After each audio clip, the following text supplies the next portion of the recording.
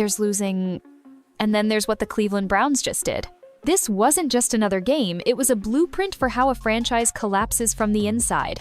A defense playing like their lives depended on every snap, a quarterback carousel that looked more like a social experiment, and a coaching staff that seems like it's calling plays from a fog machine. The Browns led for the majority of the game. They had momentum, control, energy, and they still got absolutely dismantled by a Ravens team that didn't even play their best football. But that's not the shocking part. The shocking part is how, even with potential stars like Shadour Sanders and legit Hall of Fame talent in Miles Garrett, this team manages to invent new ways to lose. Every single week. And for fans still clinging to hope, this might have been the week that finally broke them. Because what we saw on that field wasn't just bad football, it was a franchise imploding on national television. But if you thought that game was ugly, buckle in, because the real story, the one happening behind the scenes, that part is even worse. Let's break it down. There's an old saying in sports, good teams find ways to win. But bad teams? Bad teams invent ways to lose. And what the Cleveland Browns pulled off against Baltimore wasn't just another name in the loss column, it was a masterclass in dysfunction, chaos, and self-destruction.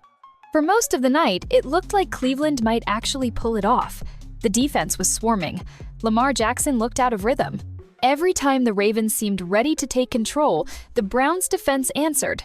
Whether it was Miles Garrett setting up camp in the backfield or Carson Schlesinger flying all over the field like a man possessed, the Browns were punching back. And yet, they lost 23-6.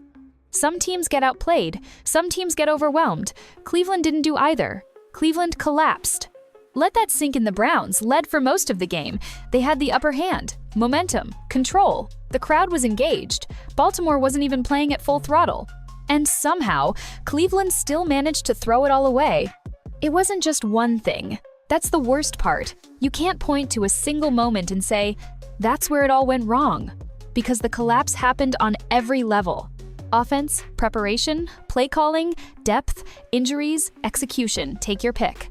The Browns invited disaster and left the door wide open. And maybe that's the most telling detail. It's not that the Browns are talentless. They're not. In fact, on paper, this is a team that should be fighting for a playoff spot. They've got elite defensive talent, promising rookies, and a supposed offensive guru at head coach. So why do they look like a team in the middle of a 5-year rebuild? Because none of it works. The systems don't connect, the coaching doesn't evolve, the injuries pile up, and the next man up is almost never ready. Preparation is treated like a luxury, not a necessity. And when things start going wrong, no one ever seems to know what to do about it. Want an example? Start with the offensive game plan. It was conservative to the point of being scared. Plays dripped with hesitation. Routes were slow to develop. Quarterbacks were left behind paper-thin protection and expected to perform miracles on every snap. If an offense could have an identity crisis, this one had a full breakdown on live television. Meanwhile, the Ravens, even on an off night, made the Browns pay for every inch of misalignment. Baltimore didn't need explosive plays or jaw-dropping stats. They just waited. Waited for the Browns to blink. Waited for the busted protection. Waited for the missed throws, and when Cleveland cracked as they always seem to, the Ravens walked through the door like they'd been invited. That's no coincidence, that's culture. And here's what's terrifying for Browns fans. This wasn't even rock bottom. This wasn't some unlucky bounce or heartbreaking fourth-quarter comeback. No, this was routine. This was expected. If anything, it was on brand. Go on social media after that game and you won't see shocked faces, just tired ones. Tired of the excuses, tired of the quotes, tired of watching generational defensive performances get wasted on an offense that looks like it's being run out of a dusty playbook from 2019. This kind of collapse doesn't come from bad luck. It comes from a top-down failure. From a franchise that still hasn't figured out how to protect its quarterback, manage a game, or plan for the possibility of a backup seeing the field in Week 11. The Ravens are surging, winning 4 straight, building towards something. The Browns, they're breaking apart in slow motion right in front of us.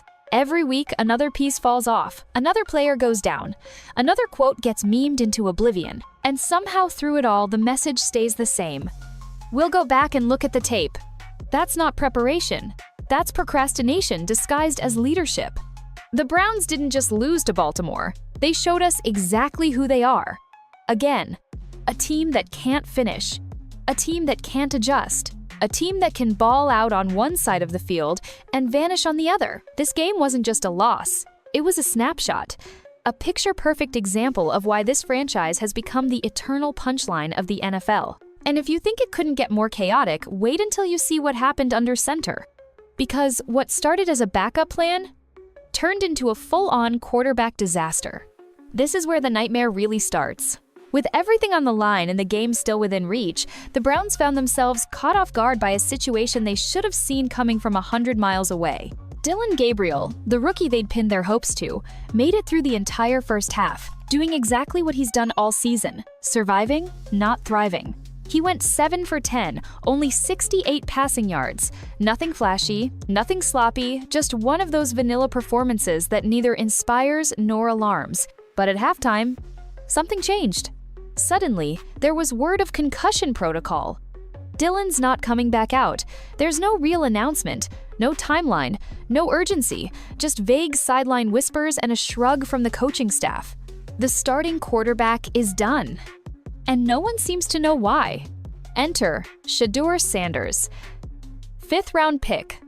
0 meaningful NFL snaps, thrown into his debut in the second half of a heated divisional game against the Baltimore Ravens, one of the most dangerous defenses in the league. Let's pause right there. Because this moment? This is where everything that's been wrong with the Browns' preparation came to light in brutal clarity. Here's a rookie quarterback who's barely even practiced with the starters being tossed into a minefield. The Ravens' D-line was licking their chops. Blitz packages were flying in from every direction. And Shedeur? He was set up to fail before he even took a snap. Now, to his credit, he comes in and completes his first 2 passes. The stadium erupts. Fans finally had a reason to uncross their arms. People were yelling his name like he was about to be the next breakout star in NFL history. And for those first 30 seconds, it actually felt like something might happen. But this is Cleveland. Reality doesn't just come knocking, it kicks in the door. From that brief flash of magic, everything spiraled. Shadour Sanders would go on to miss his next 7 throws. His final stat line? 4 of 647 yards. 1 interception. His confidence faded with each snap, and the game that was once within reach began slipping through their fingers like sand through a broken hourglass. Now, before you point fingers at Shedeur, understand this wasn't his failure. This was the organization's. Kevin Stefanski was asked straight up after the game if Sanders had gotten first-team reps throughout the week. The answer? No. None. Zilch. Let that sink in. Your backup quarterback, the literal second option at the most important position on the field, didn't get a single real rep with the starters before being thrown into a storm. That isn't coaching. That's negligence. And what did Stefanski say when pressed? We're always trying to get our starter ready to play, and when your starter is a rookie, those reps are valuable. Right. But he isn't your only rookie. You drafted 2 rookie quarterbacks in the same year, for a reason. You knew injury risk was high, especially behind a crumbling offensive line that's one good sneeze away from being fully on IR. And yet somehow, preparing Shedeur never even crossed the whiteboard. Stefanski fought for this pick. He believed in his system. He trusted his plan. But what plan leaves your backup quarterback barefoot in a blizzard? Now imagine being Sanders in that moment. No rapport with your receivers, no chemistry with your linemen, no real game speed reads or timing. You're expected to diagnose NFL defenses on the fly with 0 preparation, and failing publicly under that pressure might just cost you your future. Because here's what no one's saying out loud: that kind of debut can bury a young quarterback. One bad game this early, in those circumstances, can stain your career before it even begins. But the Browns? They didn't just roll the dice. They lit the table on fire. And worst of all, they knew it could happen. One hit, one awkward tackle, one protocol, that's all it takes. And the plan was apparently hope and pray. This wasn't an emergency. This was exactly what backup QBs are meant for, and the Browns somehow refused to plan for it. The result? A young QB rattled, a winnable game destroyed, and a moment that could have been a spark became a smoking crater. And yet, if you thought the quarterback meltdown was the peak of disarray, you haven't even seen the foundation collapse underneath all of it. because when Shedeur dropped back to pass, the real horror showed up the offensive line. By the time Shadour Sanders stepped onto that field, the damage had already been done, he just didn't know it yet. The scoreboard said the Browns were still in it. The fans were fired up after his first 2 completions, clinging to any glimmer of hope in an already burning season. But behind the scenes, underneath the surface, this wasn't a debut. This was an ambush. Let's start with the obvious. No first-team reps? Not one. No chemistry with his receivers. No experience operating behind the starting line. No reps walking through red zone packages. No situational drills. No timing. No rhythm. This is the NFL. You don't walk into a divisional matchup with a playbook you've only read, not rehearsed. That's setting a player up to fail, not just publicly, but at a career-defining level. But the real betrayal wasn't what Shedeur didn't get. It's what he walked into. Because the moment he lined up behind that center, it became painfully clear that this offensive line had nothing left in the tank. Cam Robinson? Hurt. Jack Conklin? Also injured. Dom Jones? Off the field. By the second half, this line was being held together with duct tape, rookie backups, and a hope that 300-pound blitzers might go easy on them. They didn't. Shedeur wasn't just thrown into a game. He was thrown into a meat grinder behind a makeshift offensive line that was collapsing faster than the pocket itself, while the Baltimore defense unleashed every blitz package they had like it was open season. And here's the kicker. Cleveland's offensive system? It's built for quarterbacks to sit in the pocket, scan multiple reads, and time their throws downfield. That's not just risky with a backup quarterback and a backup line, that's reckless. The system demands time that doesn't exist. It asks receivers to complete long developing routes, while the quarterback stands behind a line collapsing like wet cardboard. On paper, it might look structured. In practice, it's a sabotage mission. Every single snap, Shedeur is looking downfield to find a rhythm, and by the time his back foot hits the turf, he's got a wall of purple jerseys closing in like a tidal wave. He's forced to scramble, throw off platform, and rush decisions without any of the info a young quarterback needs to process clearly. This isn't just a rough day. This is production line character assassination. You could see it in his footwork. You could see it in his composure. Start of the third? Poised. By the end of the fourth? Rattled. Hesitant. Completely overwhelmed. And that's not on him. That's on everyone else. Because here's the most unforgivable part. The Browns knew this was a possibility. They knew Sanders would be one hit away from playing, and they did absolutely nothing to prepare for that outcome. Not a package of plays built around his strengths. Not an adjusted tempo to settle him in. Not even short, high-percentage routes to build confidence early. Instead, they threw him into the exact same playbook they gave Dylan, as if both quarterbacks had identical tools, identical maturity, and identical experience. That's not adaptation. That's laziness dressed in stubbornness. And when the offense stalled surprise Stefanski's answer? Something like, "We'll look at the tape." Spoiler.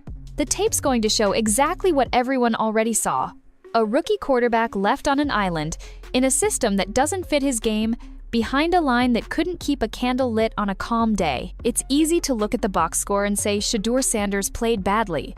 On paper, he did. But if you really watched that game, you saw what was happening to him. Not because of him. He wasn't just making bad throws. He was trying to survive inside a structure that gave him no chance. That's coaching failure. That's organizational malpractice.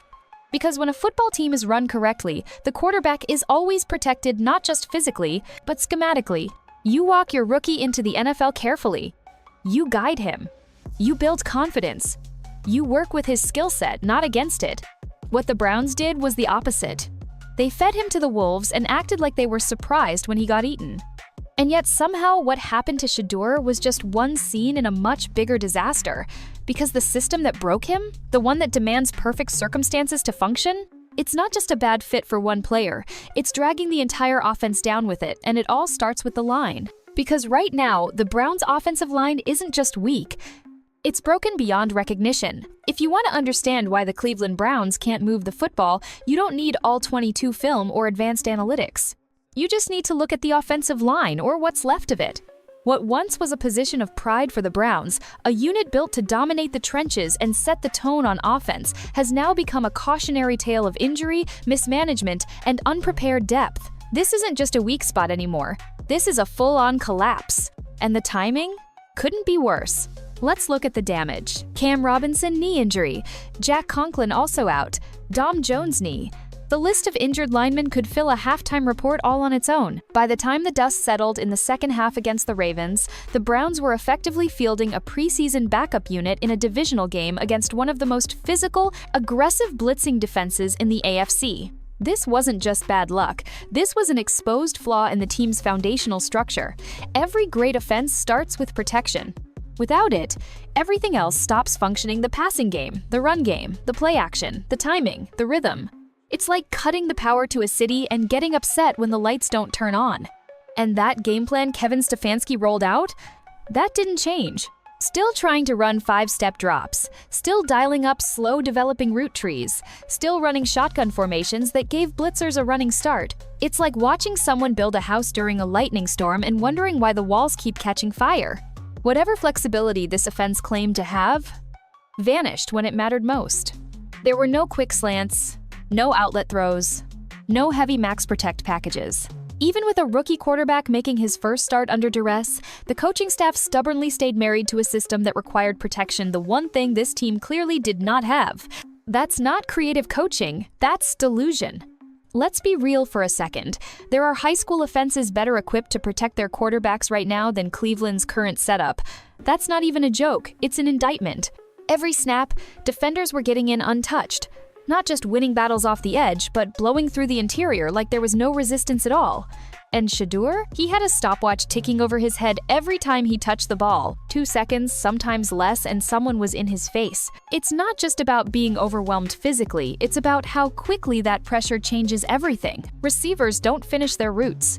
Quarterbacks start looking at the rush before they look downfield. The game becomes frantic. Every snap starts to feel like a countdown to disaster. So what did Stefanski do about it? Nothing.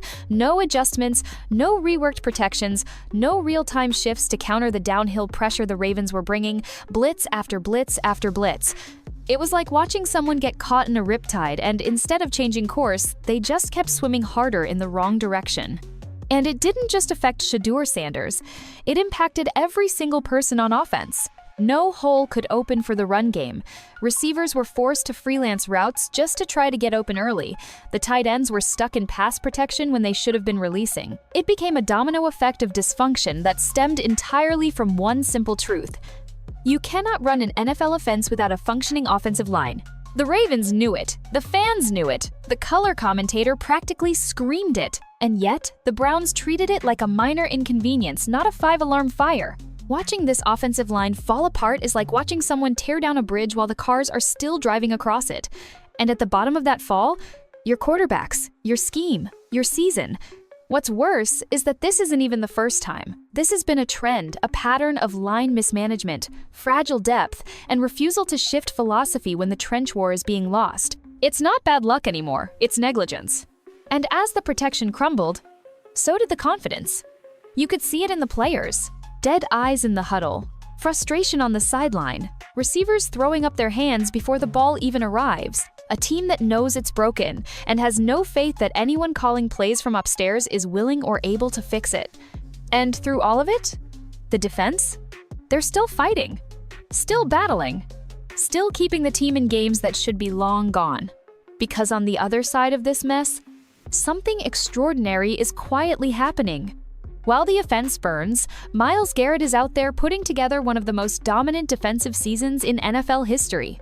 There are players who play well. There are players who dominate. And then there's Miles Garrett, who's doing things this season that we haven't seen from a defensive end in years, maybe ever. And somehow, it still doesn't matter. Because while Miles Garrett is out there building a Hall of Fame legacy in real time, the team backing him is collapsing underneath his very cleats. Let's talk about what he just did against Lamar Jackson, arguably the most elusive quarterback in the NFL. You don't sack Lamar, you chase him, contain him, pray, he throws it away, and call it a win. But Miles Garrett didn't just sack him once, he did it 4 times, 4, in one game, against a quarterback who makes defenses look foolish on a weekly basis. That's not just an impressive stat line, that's a career night for most edge rushers. For Miles Garrett, that's just another chapter in what should be a Defensive Player of the Year campaign.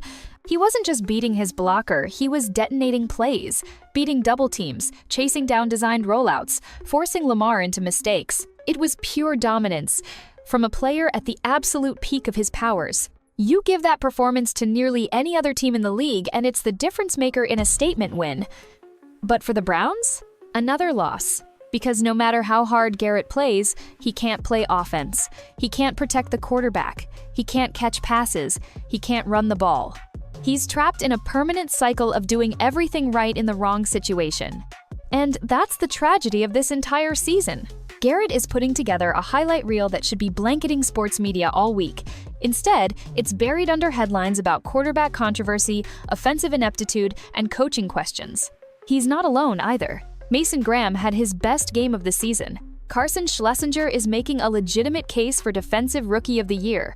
Mike Hall is anchoring the front line like a veteran. The Browns' defense is holding up their end, and then some. They made Lamar uncomfortable. They held Baltimore to field goals in the red zone. They got off the field on third down. They kept pressure coming all game long. They did everything you ask of a championship-caliber defense. But once again, it wasn't enough. Because while the defense plays like their lives depend on it, the offense walks onto the field like it's clock-in time at a job they hate. No urgency, no spark, no rhythm. And that disconnect, it's starting to wear down even the stars. You can hear it in the tone of the post-game pressers. The same defensive leaders who used to carry optimism are now giving short, frustrated answers. They know what's happening. They know their efforts are being wasted. And there's only so long even a locker room full of pros can keep carrying that kind of burden. Garrett doesn't complain. He never blames teammates. He just goes out there week after week and destroys offensive lines even when the game script stacks everything against him. But you know what's coming. You can feel it. The whispers, the arguments, the should the Browns trade Miles Garrett? Discussions not because he's declined, but because he's too good for this team's timeline. Other franchises would build their entire defense around a player like Garrett, give him support, draft to amplify him, coach to maximize him. In Cleveland, they give him headlines and hang him out to dry. And here's the most insane part. The Browns could end the year with both the Defensive Player of the Year and the Defensive Rookie of the Year, and win fewer than 4 games. That should make every single person in the front office lose sleep. Because this isn't just about stats or accolades, this is about wasting greatness. Watching a generational talent do everything possible to shift the outcome of a game and leave the field empty-handed. Garrett is a player who should be in Super Bowls, hoisting trophies, redefining what modern edge rushing looks like. Instead, he's folding up his jersey after every game, wondering how it's possible to dominate like that and still walk away with nothing. And as fans, you start asking the impossible question, would he be better off somewhere else? Because let's be honest, if you're not going to build something functional while he's in his prime, then what are you doing? It's a waste of talent, a waste of opportunity, a waste of legacy. And the deeper you look, the more bitter the realization gets because the defense isn't the problem here. They're holding teams like the Ravens in check. They're keeping scores manageable. They're giving the offense every chance to win. And the offense gives nothing back in return. So what's it going to take? Because Garrett is out here writing his own story in Canton. And if the Browns keep it up, he'll get there. But not with a winning season. Not with help. And not wearing this jersey. Miles Garrett's dominance might be the headline, but he's not the only one on this Browns defense playing at an elite level. In fact, you could make a strong case that Cleveland has pieced together one of the most dangerous defensive units in the entire NFL. Not just top 10, we're talking elite. A defense that, if paired with even a league-average offense, would be pushing this team toward the playoffs right now. But none of them are being talked about, and that's the problem. Because when you're losing games, nobody cares about your defensive highlight reel. Nobody's drawing up schemes about Schlesinger's blitz timing. Nobody's praising the way Mason Graham is controlling the interior line or how Mike Hall is finally living up to his potential. They're doing everything right and still getting ignored. Take Carson Schlesinger, for example. The so-called raw project out of college has quickly become a breakout star. He's flying around the field, diagnosing plays like a veteran, closing gaps in the run game, and flashing sideline-to-sideline speed that most teams don't have in their linebacking core. He doesn't just look like a future starter, he looks like a future star. Some analysts say he's already in the conversation for Defensive Rookie of the Year. But good luck getting noticed when your team collapses on national TV every week. There's no glory in dragging your team uphill when the offense is rolling boulders back down at you. Then there's Mason Graham quietly having his most disruptive season since arriving in Cleveland. No flash, no viral moments, just dominating in the trenches, eating up blocks, freeing teammates to make plays, and stepping up as a vocal leader on the sideline when the offense checks out emotionally. And Mike Hall, who nobody expected to pop this fast, has become a hammer against the run. This guy shows up, down after down, getting to the ball, wrapping up clean, and forcing offenses to account for him inside. He's playing above his age, above his draft slot, and above what anyone thought he could do this quickly. Add all of that up, you've got a defensive front seven most teams would kill for. And they've proven it. Week after week, this defense is taking punches from top-tier quarterbacks and making them look ordinary. Against Baltimore, they held Lamar Jackson to one of his flattest performances of the year. They kept plays in front. They forced field goals. They didn't let the Ravens dictate the tempo. That should have been a win. Let's not forget, this same defense also held Derrick Henry mostly in check earlier in the year. They've been battle-tested, and more often than not, they've held the line. But at some point, what's the reward for that kind of effort? Because time of possession alone tells the whole story. This defense is spending more minutes on the field than any elite unit should. They're exhausted. They're overused. And despite that, they've never mailed it in. They're playing with pride, with hunger, like they still believe the season means something. But truthfully, the organization hasn't given them a reason to keep believing. The burden is unsustainable. You can't ask a defense to give you 60 elite minutes every week when the offense is giving you 12 minutes of 3-and-outs, missed reads, and no points. They're being set up for failure not because they're regressing, but because the other side of the ball refuses to respond. And so, these rising stars, Schlesinger, Graham, Hall, they're becoming ghosts. Great players, great performances, forgotten in the fog of another Browns loss. Their names get lost in the noise of quarterback injuries, poor play calling, and post-game sound bites that make you want to throw your remote through the nearest window. Even the fans start to forget, not because they don't care, because they just don't have the energy anymore. What's the point of celebrating a strip sack when the offense goes 3-and-out the next play? Why get hyped about a red zone stop if it means nothing on the scoreboard? When one unit gives everything and the other gives nothing, the disconnect becomes toxic. Resentment builds, morale dips. And young players, the ones who actually care, start looking at the door early in their contracts, wondering if their talent might be better used somewhere else. And this all leads to the same gut-wrenching realization. The Browns have drafted and developed legitimate defensive stars. And it might not change a thing. Because until this staff can fix the system, protect the quarterback, and score more than 13 points in a game, it won't matter how many turnovers the defense forces. It won't matter how many times Garrett breaks the line. It won't matter what anyone on that side of the ball does. They're not just being overshadowed, they're being wasted. And if you think that sounds dramatic, wait until you hear what Kevin Stefanski had to say when asked about it. Because the man in charge of holding this chaos together, he's starting to look like a guy completely out of ideas. At some point, when everything around you is falling apart, the injuries, the execution, the quarterback carousel, the locker room tension, the question shifts from what went wrong to who's steering this thing? And all eyes point to one name, Kevin Stefanski. He was supposed to be the guy, the stabilizer, the brain trust, the coach who stepped into Cleveland with a calm, measured hand and reshaped an organization built on decades of dysfunction.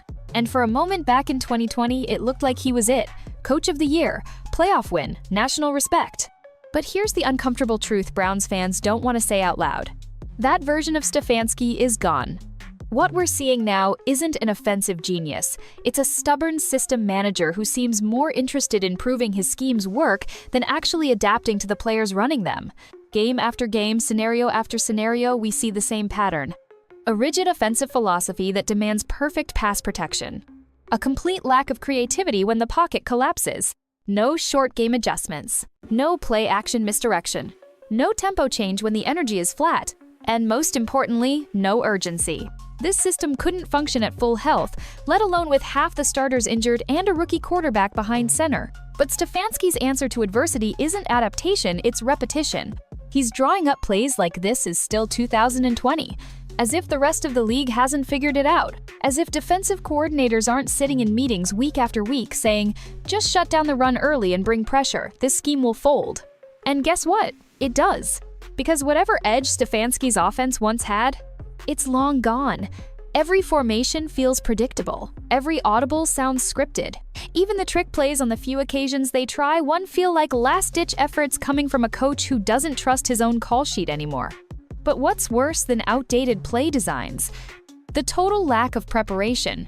Let's go back to Shadour Sanders for a second. You've got a fifth-round rookie quarterback sitting there on the depth chart, someone who could be called into a game at any moment, especially behind a beat-up offensive line. And Stefanski's plan? Give him 0 reps with the starters all week. None. How is that even defensible? That's not strategy. That's negligence. Especially when you're rolling into a game against the Ravens, a team with one of the most aggressive, creative defenses in the league. If anything, that's the exact scenario where you need your backup the most mentally and physically prepared. Instead, Stefanski shoved an untested rookie into the fire with no chemistry, no timing, and no real support. And when that plan failed, as literally everyone could have predicted, Stefanski stood in front of a microphone and said, "You're always trying to get your starter ready, and certainly when your starter is a rookie, those reps are very valuable." Yeah, Kevin, but you have 2 rookies. This isn't rocket science, it's basic roster management. You prepare for worst-case scenarios. You plan for contingencies. You game plan around your depth. These are things competent coaching staffs do. But the Browns' coaching staff? They keep gambling their season on hope and losing. The pressers are another issue entirely. Stefanski gives off real CEO during a PR crisis energy. Every answer is dipped in corporate speak. Asterisk, we'll evaluate the film. Asterisk, we have to clean that up. Asterisk, we'll keep battling. It's recycled nonsense. Sterile, robotic, and completely tone-deaf to what's actually happening on the field. No transparency, no accountability, no fire. What should keep Browns fans up at night isn't just the losing, it's the passivity, the refusal to acknowledge the collapse in real time, the complete lack of visible emotion from a staff watching its season go down in flames. If the coach can't show urgency, why should the players? Even more alarming, the league has figured out this offense. Shut down the run on early downs, bring interior pressure, force shallow throws, and the Browns will fall apart. Week after week, this formula works, but don't expect game plans to shift dramatically, because for all of Stefanski's intelligence and pedigree, he's showing one fatal flaw. He believes in his system more than his personnel. And when that happens, when a coach becomes more committed to proving themselves right than doing what the team needs, it's only a matter of time before the locker room checks out. The Browns didn't just lose against Baltimore because they were injured. They didn't lose because of one rookie. They didn't lose because of bad luck. They lost because no one adjusted, no one adapted, no one evolved. It's not innovation anymore. It's inertia. And unless something changes fast, this team isn't just going to miss the playoffs. They're going to lose everything they've built. But here's the strangest twist. Through all the chaos and dysfunction, there was one brief moment, just a couple minutes, where hope flickered.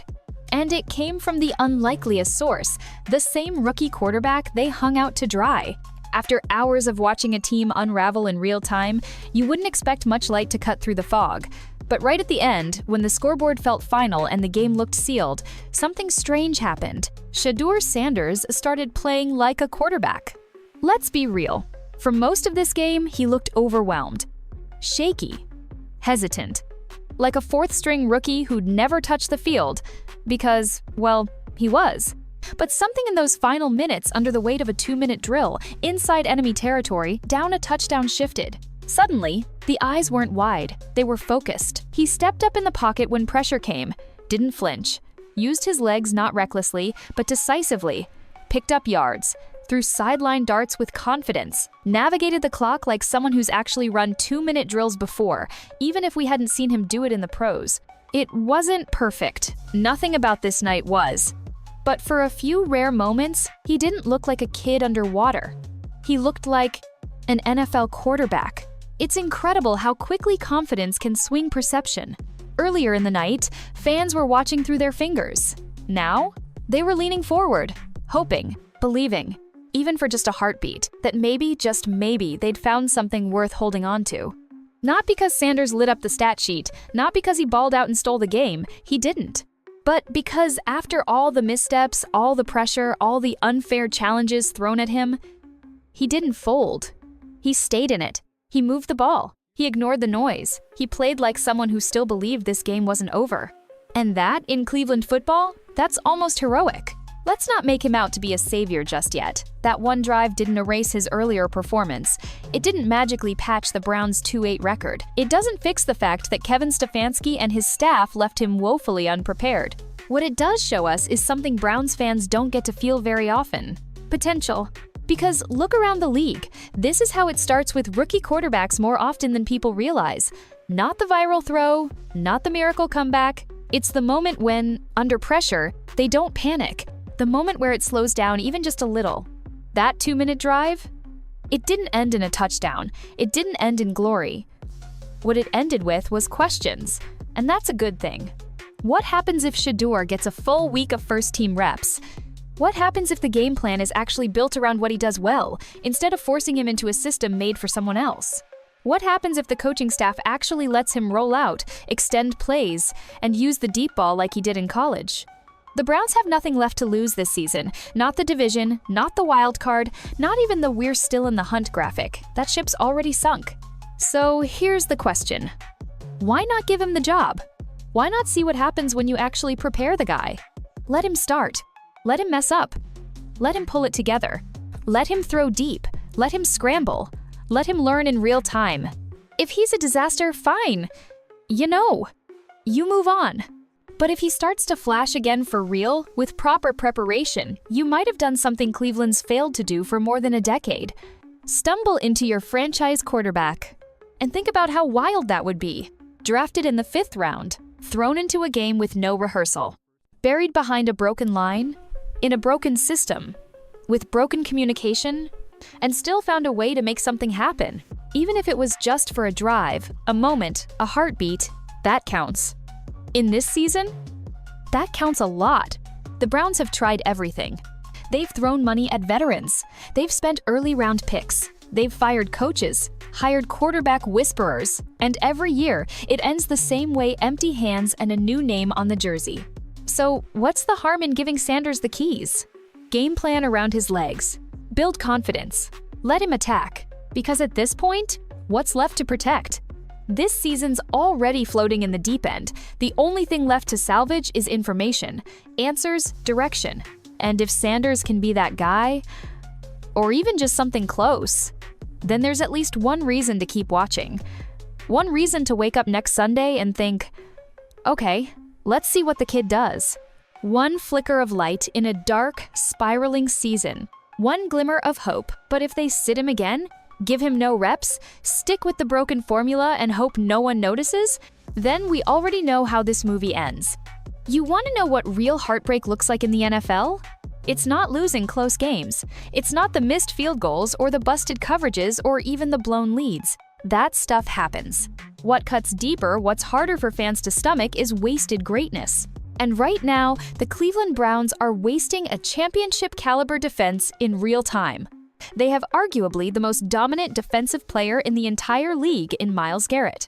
They have a future star in Carson Schlesinger, rewriting expectations every single week.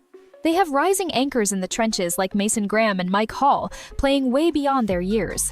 They're holding elite quarterbacks to their worst games. They're forcing stops when it matters. They're battling in the red zone so relentlessly you'd think this was a playoff run. But it's not. It's a funeral march. Because no matter what the defense does, no matter how hard, how physical, how excellent, the offense just keeps leaving them out there to die. 3 and outs. Missed reads, no rhythm, no adjustment.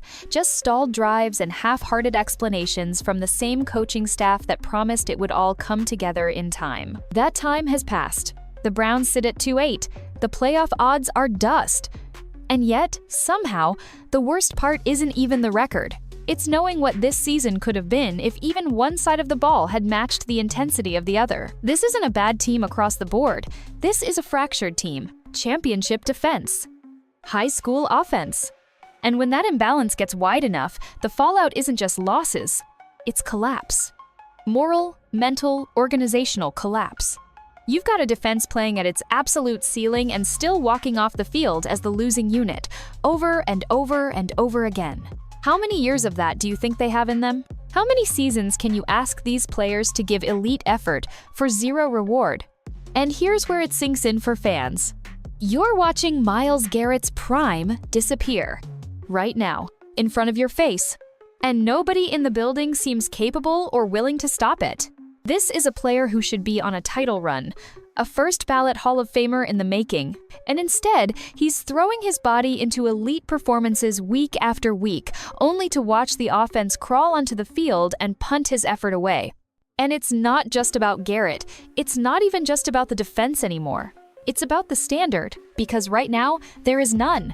Not in the building, not on the field, not at the podium, not in the game plans. Everything about this team from the front office moves to the in-game decisions to the post-game pressers feels like it's drifting. No fire, no leadership, no vision. Just a head coach clinging to a dying system, and a staff trying to plug holes in a ship that's already underwater. You don't just tweak your way out of this. You don't check the film and circle back stronger next week. This team needs to take accountability, rethink who they are, rebuild something real, or stop pretending they're anything other than a bottom-5 franchise wasting top-5 defensive talent. And here's the most painful truth. They may already be too late. Contracts don't last forever. Morale doesn't last forever. Careers don't last forever. If the Browns aren't careful, they're about to walk into the next offseason looking for yet another quarterback, another coaching staff, another promise that this time it'll be different. Sound familiar? Same old Browns. New names. Different faces. Same result. Empty seats by the fourth quarter, post-game interviews with more buzzwords than answers, and a fan base that deserves so much more than another wasted year of elite defense and offensive futility. But there's still one storyline hanging in this fire. One test that's worth taking. If the Browns have any awareness left in the building, they're going to do the one thing that still makes some kind of sense. Give Shadour Sanders the next 7 games. Not because he's guaranteed to save anything, not because he's guaranteed at all, but because you have to know. You have to try. Give him real reps. Tailor the offense to what he does well. Let him bomb it deep. Let him run around and make plays. Let him learn in live fire the way every late-round quarterback who ever succeeded had to do. Why? Because figuring out what he is or isn't now is the only thing that could change what 2025 looks like. Not tanking, not tweaking the scheme, not hoping Nick Chubb saves you next season. No, the only worthwhile outcome left this year is a real, honest evaluation under center. If Shedeur flames out, fine, you draft again. But if there's something there, anything at all, then maybe, just maybe, you've stumbled into an answer at the most important position in the NFL. But if you bury him now, keep forcing him into an outdated scheme with no support and no reps, then you've wasted another chance. Just like you're wasting your defense. Just like you're wasting Garrett. Just like you've been doing for 20 years. This is the Cleveland Browns, where talent goes to die. And fans pray once again that this time maybe, just maybe, next year is finally the one that changes everything. 2 Defensive Players of the Year, 3 wins. Then cue to your call to action. Subscribe if you're tired of watching greatness wasted and stay tuned for what happens next.